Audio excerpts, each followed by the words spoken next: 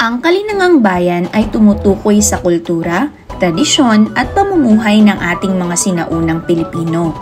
Parang daily life aesthetic nila, mula sa pagkain, pananamit, paniniwala hanggang pakikitungo sa isa't isa.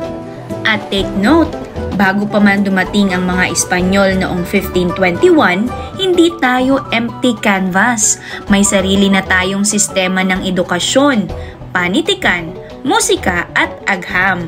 Sabi nga ng historia na si Antonio de Morga sa kanyang aklat na Successos de las Islas Filipinas, may identity na ang mga Pilipino noon pa man. Noong 1609, ang isang Spanish official na si Antonio de Morga ay sumulat ng aklat na Successos de las Islas Filipinas. Ang cool part dito, hindi lang tungkol sa pananakop ang laman, kundi binigyang diin rin ang detalyadong kwento ng pamumuhay ng mga sinaunang Pilipino bago pa dumating ang mga Kastila.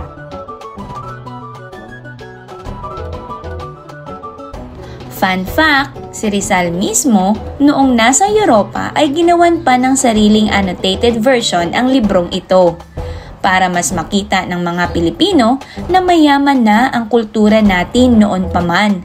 Hindi tayo uncivilized gaya ng sinasabi ng mga kolonisador. Ngayon punta naman tayo sa pananampalataya at paniniwala ng sinaunang Pilipino.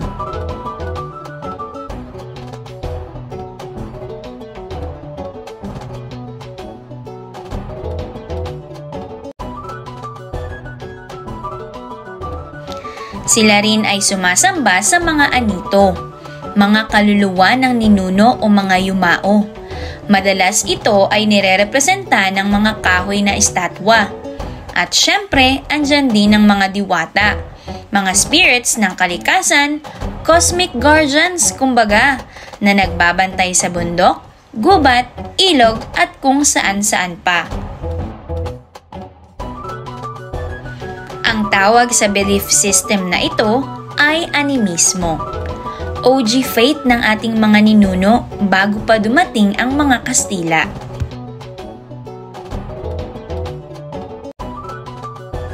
AP Fact Attack. Ang salitang anito ay galing sa Austronesian root word na ganito, na ang ibig sabihin ay espiritu ng ninuno.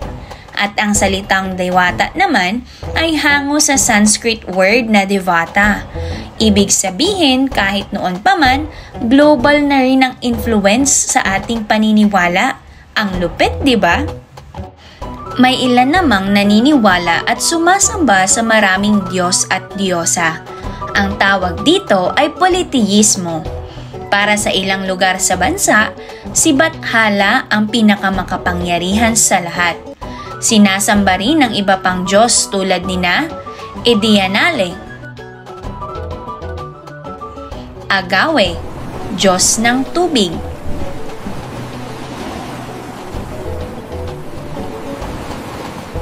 Balangao, Diyos ng bahaghari, Bagobo o Mandarang, ang Diyos ng digmaan, Sedapa, Diyos ng kamatayan, at Agni, Diyos ng apoy.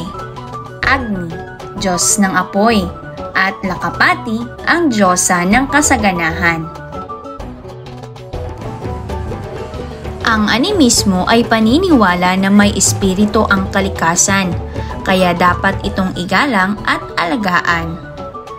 Bago simulan ng sinaunang Pilipino ang anumang gawain tulad ng pagtatanim, pag-aani, paglalakbay o pakikidigma, sila ay nag-aalay ng dasal, ritual, at mga handog tulad ng alak, pagkain, ginto, at iba pang bagay upang makuha nila ang pabor ng kanilang mga Diyos.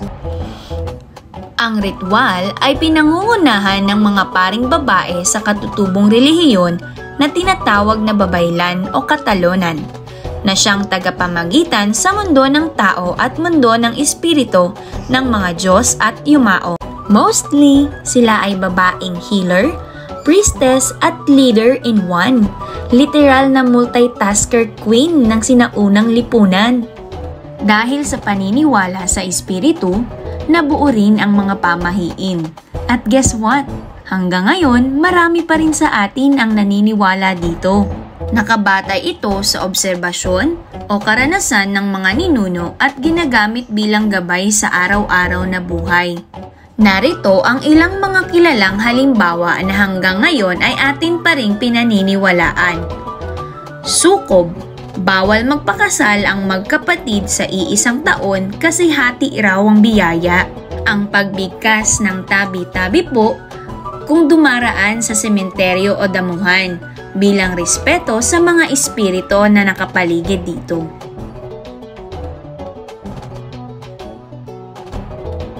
Pagpag. Bawal dumiretso ng uwi galing burol.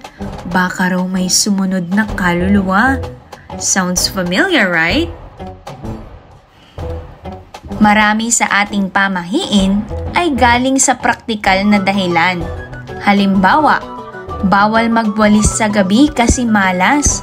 Pero in reality, para lang yun maiwasan ang aksidente at insect bites. So minsan, ang pamahiin is equals to ancient life hack. Kaya tandaan, ang Kalinangang Bayan ay hindi lang basta kwento. Ito ang foundation ng ating pagka-Pilipino. Mula sa paniniwala, ritual, hanggang pamahiin, makikita natin kung paano pinahalagahan ng ating mga ninuno ang ugnayan sa kalikasan at sa espiritu. Tara, bestie! Ating subukan ang iyong natutunan. Dahil panalo ang may alam.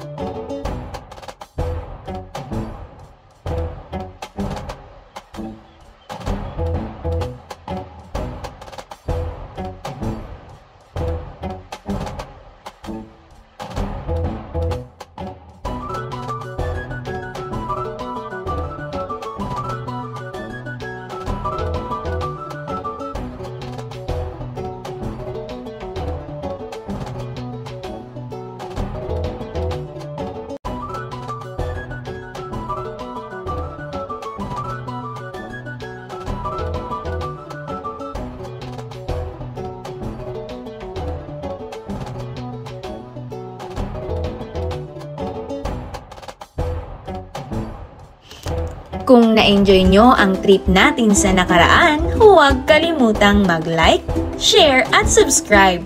This is your bestie bringing history closer sa puso ng Gen Z.